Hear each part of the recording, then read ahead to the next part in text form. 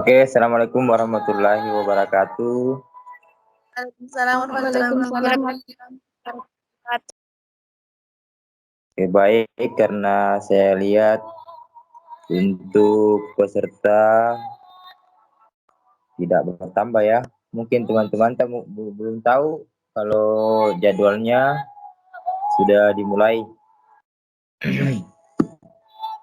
Silahkan di-share di grup kalau memang sobat ada teman-teman yang belum tahu jadwalnya. Kalau sekarang belum dimulai kegiatan pembelajaran untuk mata pelajaran PPKN. Silakan di-share di grupnya dulu ya untuk menginformasikan kepada teman-temannya untuk segera bergabung di kelas PPKN. Sambil kita menunggu, kita lanjut saja untuk kegiatan pembelajaran hari ini. Yang alhamdulillah pada hari ini patut kita bersyukur kepada Allah Subhanahu wa taala karena masih memberikan kita kesehatan dan kekuatan untuk kembali sama-sama kita menjalankan tugas dan kewajiban sebagai pendidik dan sebagai siswa. Baik anak-anakku sekalian, pada kegiatan pembelajaran hari ini kita akan sama-sama membahas materi lanjutan dari materi yang minggu lalu, yaitu tentang nilai dan semangat yang terkandung dalam Sumpah Pemuda dulu dan sekarang. Ya, kalau yang ada bukunya yang sedang berada di rumah, silakan dibuka pada halaman 111. 111 ya. Silakan dibuka pada halaman 111. Ya, Pak. Oke, sudah dilihat? Sudah dilihat? Pak. Ya. Oke. Itu di halaman 111 ada ini. Nilai-nilai luhur yang terkandung dalam Sumpah Pemuda. Ada yang bisa tidak menyebutkan nilai-nilai yang terkandung dalam Sumpah Pemuda itu yang mana? Yang seperti apa nilai-nilai tersebut? Siapa yang bisa? Angkat tangan ya yang mau. Siapa? Nur Hidayah. Bagaimana? 1. Cinta bangsa dan tanah air. 2. Persatuan. Ya. 3. Sikap rela berkorban. 4. Ya. Mengutamakan kepentingan bangsa. 5. Dapat menerima dan menghargai perbedaan. 6. Ya, terus? Semangat bersaudara. Ya. Semangat. Apa lagi? Semangat 7. apa? Meningkatkan gotong royong atau kerjasama. Iya, ada 7 ya.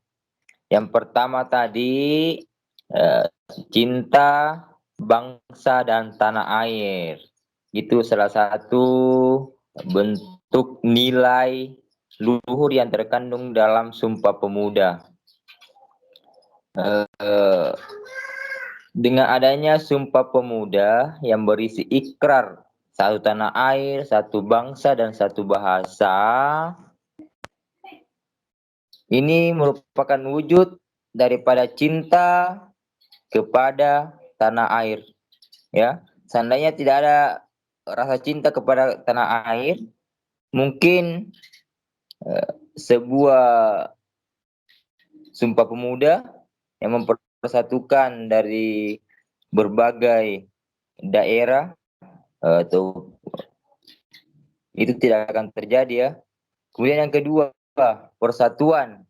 Bagaimana bentuk persatuan yang dibentuk pada masa Sumpah Pemuda pada saat dirumuskan sampai pada diekarkan itu dilaksanakan oleh pemuda yang berasal dari berbagai daerah yang berbeda-beda, baik itu suku, agama, dan golongan yang berbeda. Namun, perbedaan tersebut tidak menjadi penghalang bagi para pemuda untuk bersatu dalam wadah, yakni satu bangsa Indonesia. Ya, ada istilahnya, bersatu kita teguh, bercerai kita runtuh. Dan itulah gambaran bagaimana pentingnya persatuan bagi bangsa Indonesia. Oke, selanjutnya, apalagi yang ketiga? Apalagi yang ketiga? Sikap rela berkorban.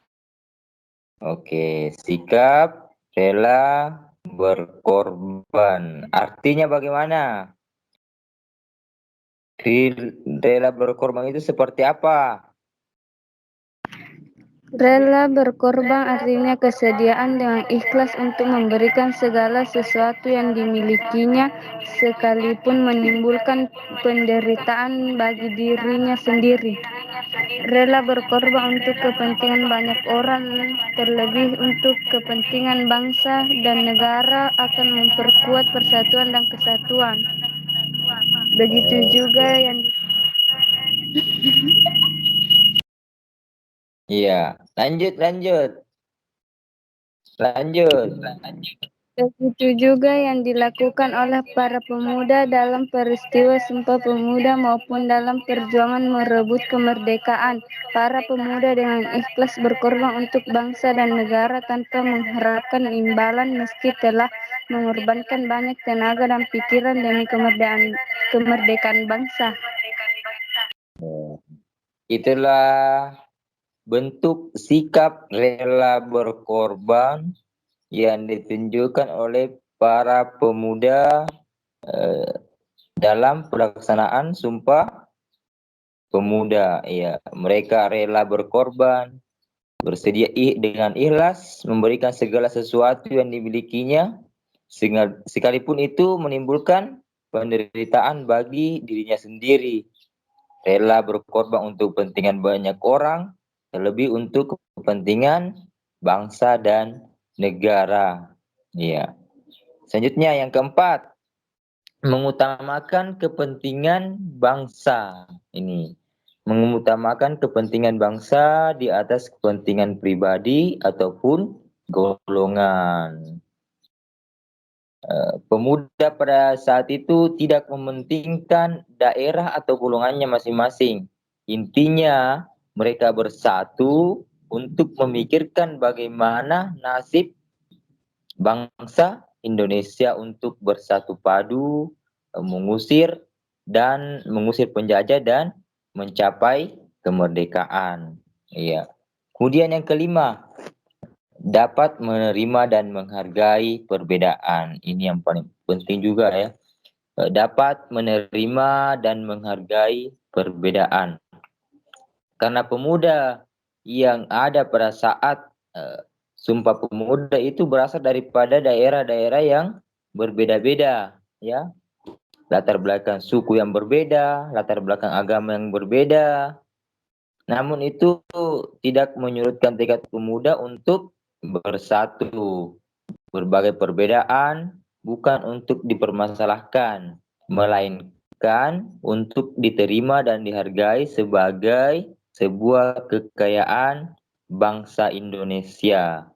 Ya, pemuda menerima dan menghargai perbedaan demi terwujudnya suatu bangsa, satu bahasa, dan satu tanah air, yaitu Indonesia yang kita cintai bersama.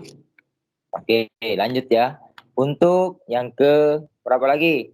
Yang keenam ya. Keenam. Oke, apa yang keenam? Yang keenam. Fitri, Fitri ya, Fitri. Siapa itu yang angkat tangan tadi? Jadi ke jaringanku. Oh, jadi jaringan tak ya? Siapa yang tidak yang bagus jaringannya? Siapa yang bagus jaringan? Oh, Mirnawati 03. Oke, silakan Mirnawati 03.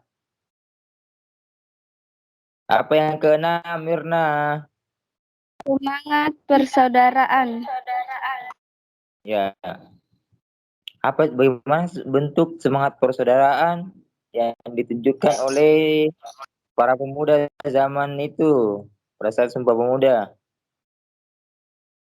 Bisa dijelaskan tidak? Semangat persaudaraan dilandasi oleh semangat kekeluargaan. Kekeluargaan didasarkan saling menyayangi dan bertanggung jawab dalam mempertahankan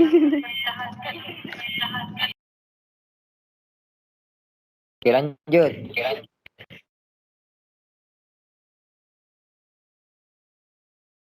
Oke, lanjut.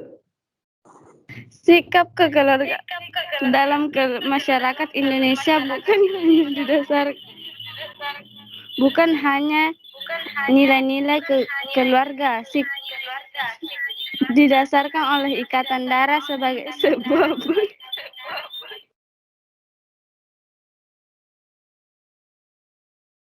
Lanjut. bangsa Indonesia adalah bersaudara sehingga harus saling menghormati dan tolong-menolong dengan penuh keikhlasan dan kasih sayang. Dengan tingginya semangat kekeluargaan tersebut, pemuda dan pemudi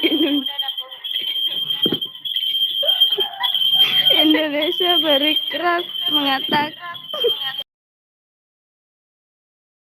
Ya. mengantar bangsa Indonesia untuk berbangsa dan bertanah air yang satu. Oke. Tadi adalah semua bentuk daripada semangat persaudaraan yang ditunjukkan oleh para pemuda dalam Sumpah Pemuda ya. Mereka sebagai sebuah bangsa, yaitu bangsa Indonesia adalah bersaudara, sehingga harus saling menghormati. Ingat itu, harus saling menghormati dan tolong menolong demi penuh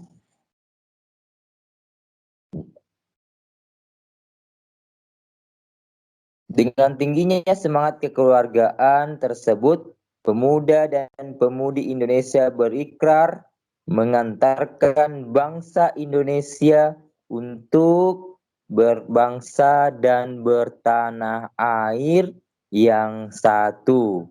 Oke, kemudian yang ke halo? Halo? Putus-putus suara Pak. Sudah bagus tidak? Bagus nih Pak. Oke, bagus. Jadi lanjut ya yang ketujuh. Kita lanjut yang ketujuh. Ini meningkatkan semangat gotong royong atau kerja sama. Ya, karena gotong royong ini merupakan yang angkat tangan. Siapa yang angkat tangan? Bisa jelaskan tidak? Yang angkat tangan ini atas nama Mirnawati. Silakan Mirnawati. Fitri tadi yang angkat tangan Pak.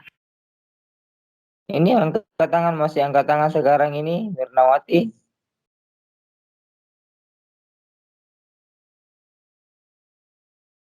Ini angkat tangan Mirnawati.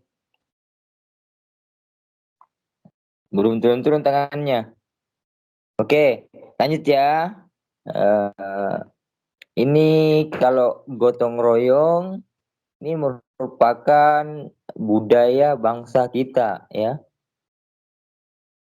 Merupakan suatu usaha atau pekerjaan yang dilakukan tanpa pamrih dan secara sukarela oleh semua warga menurut batas kemampuannya masing-masing. Gotong royong juga memiliki nilai kerjasama. Ya, dalam gotong royong itu ada kerjasama pasti ya. Dalam gotong royong pasti ada kerjasama. Dan para pemuda telah bergotong royong secara sukarela menurut kemampuannya masing-masing. Kemerdekaan bangsa Indonesia merupakan bukti nyata dari gotong royong dan kerjasama yang dilakukan oleh bangsa Indonesia. Karena tanpa gotong royong, tanpa kerjasama, namanya persatuan dari ujung daerah yang dari ujung negeri kita yang di ujung timur sampai ujung barat, itu tidak akan tercapai namanya suatu persatuan dan keberhasilan untuk mencapai kemerdekaan. Oke. Ini ya yang sudah kita jelaskan tadi. Cinta bangsa dan tanah air, sikap rela berkorban, mengutamakan kepentingan bangsa, persatuan. Ini dapat meriah dan menghargai perbedaan. Ingat-ingat itu ya, ada 7. Semangat persaudaraan, gotong royong, dan kerja sama. Nah, ini terjadinya Sumpah Pemuda menunjukkan bahwa pemuda memiliki hal-hal berikut. Hal-hal apa yang dimiliki oleh para pemuda sehingga Sumpah Pemuda itu bisa terwujud. Ada yang bisa tidak menjelaskan? Menjelaskan satu persatu. Ada yang bisa tidak? Oke, yang angkat tangan. Ada yang angkat tangan tidak? Mirnawati. Mirnawati saya lihat angkat tangan. Oke. Silakan Mirnawati.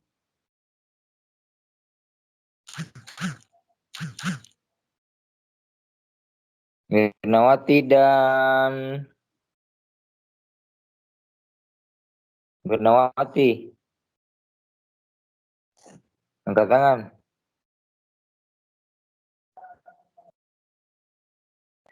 Oke, lanjut ya. Ini potensi. Yang pertama ada potensi ya. Ini merupakan bagian terpenting dari masyarakat yang memiliki potensi untuk melakukan perubahan karena pemuda memiliki keinginan yang kuat untuk belajar dan berubah menjadi lebih baik ya. Kemudian yang kedua ada tanggung jawab. Ya, tanggung jawab muncul dari kesadaran dan pendorong untuk melakukan perubahan adalah keberanian.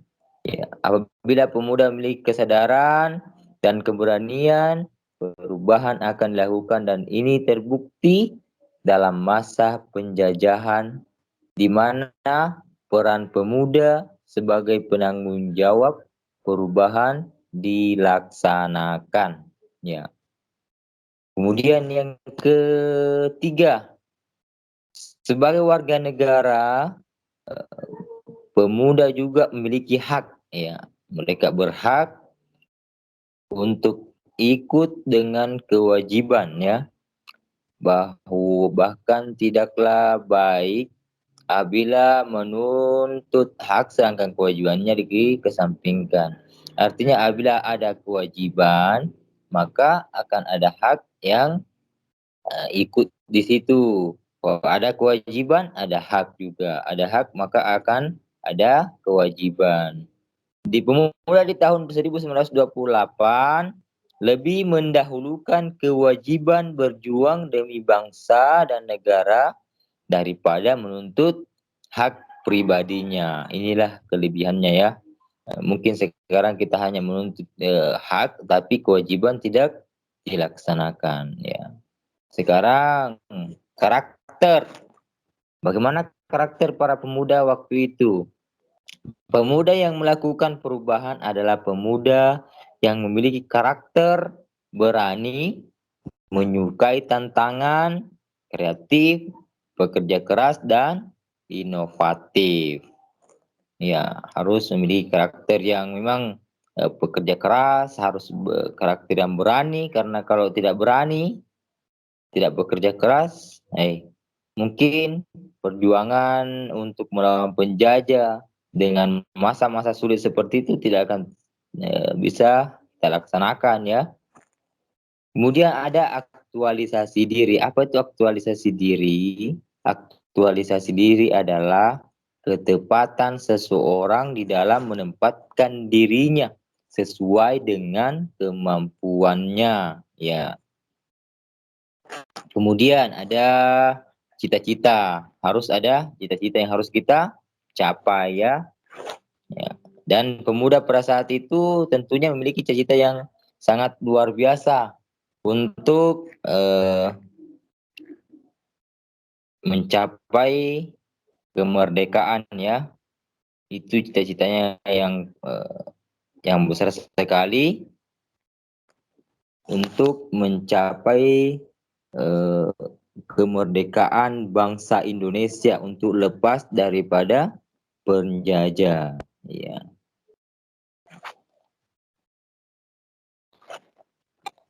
Oke, selanjutnya simbol-simbol negara menurut Undang-Undang Nomor 24 Tahun 2009. Ini apa yang pertama, simbol-simbol negara. Ini harus kita tahu ya sebagai pemuda. Bendera. Bendera, Pak. Oke. Bendera. Bendera kita apa? Merah putih. Oke. Apa lagi? Lambang negara. Lambang negara kita apa? Lambang lagu Apa? Garuda, Pak. Garuda. Oke. Kemudian apa lagi? Apa lagi? Bahasa. Iya, ada ini yang saya tampilkan ada 4 ya. Yang pertama adalah bendera. Itu salah satu simbol nih negara kita ya, bendera sang merah putih ya. Kemudian ada bahasa. Ini bahasa pemersatu atau bahasa nasional kita, yaitu bahasa Indonesia. Indonesia. Iya. Kemudian ada lambang negara kita. Ya, ini Garuda ya. Burung Garuda. Itu Garuda Pancasila. Kemudian ada lagu kebangsaan. Lagu kebangsaan negara kita itu apa? Lagu Ya. Indonesia Raya. Lagu Indonesia Raya. Iya. Hafal tidak? Hafal tidak lagu Indonesia Raya? Hafal tidak? Hafal tidak? Ada yang hafal tidak? Atau sudah lupa? Lupa saya. Ya. Nanti dipelajari ya di itu kembali lagu kebangsaan kita ya, lagu Indonesia Raya. Nanti dilupa harus ditahu ya.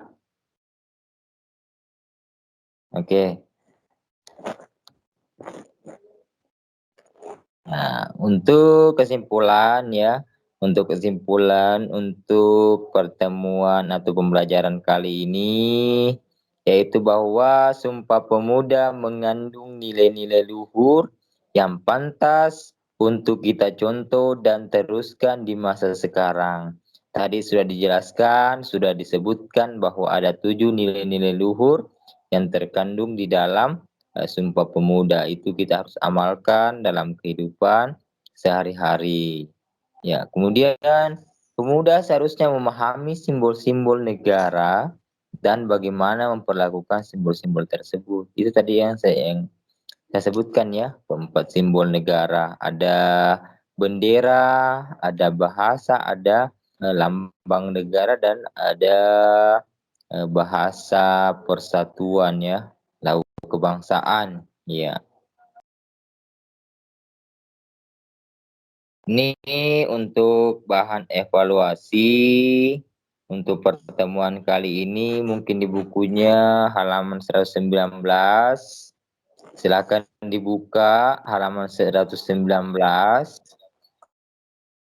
Iya, Pak. Tabel 5.5. Iya, Pak. Pak. Sudah dilihat? Iya, Pak. Oke, ini ada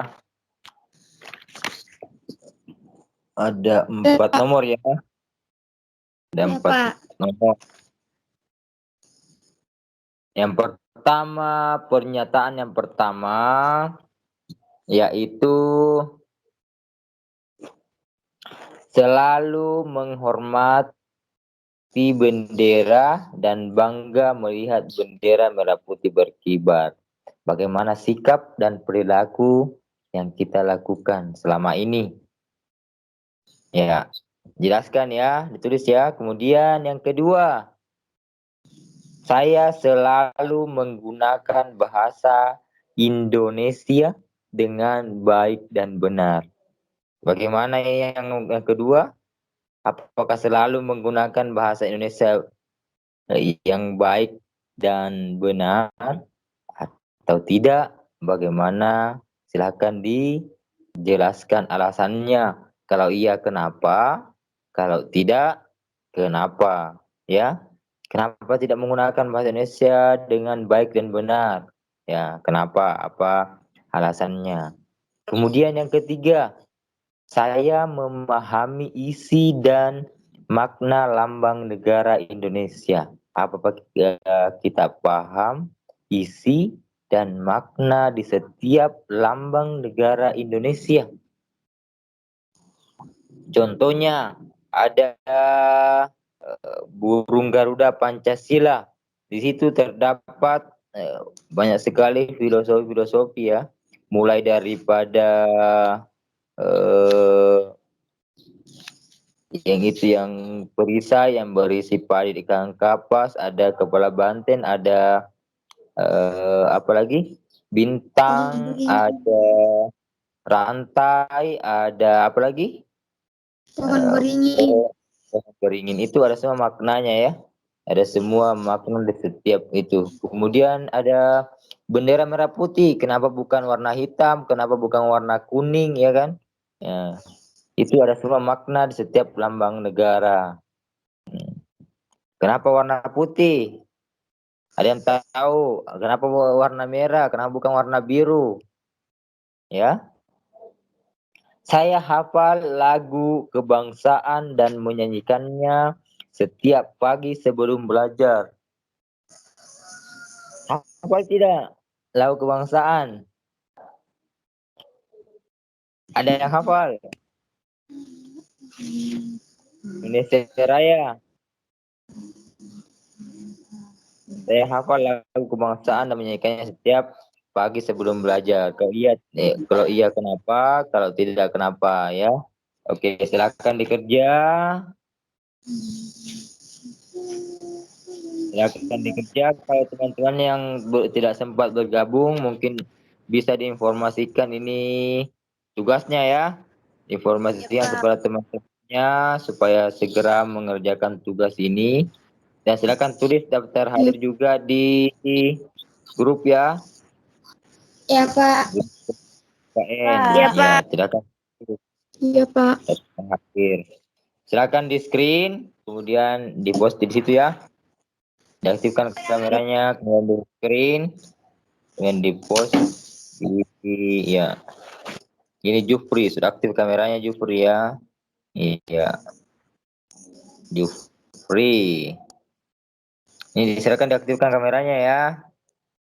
Nur Hidayah, Amalia, Fitri, Mirnawati, Suci Ramadhani. Ini Suci baru saja bergabung, Suci. Harus bisa masuk, Pak. Baru bisa masuk ya.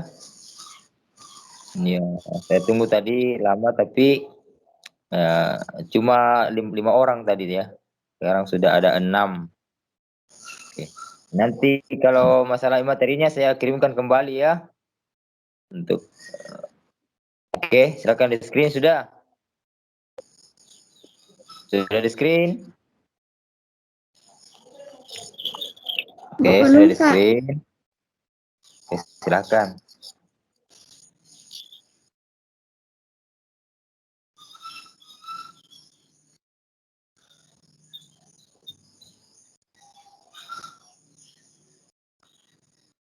Oke, untuk pertemuan kali ini sambil saya menunggu tugasnya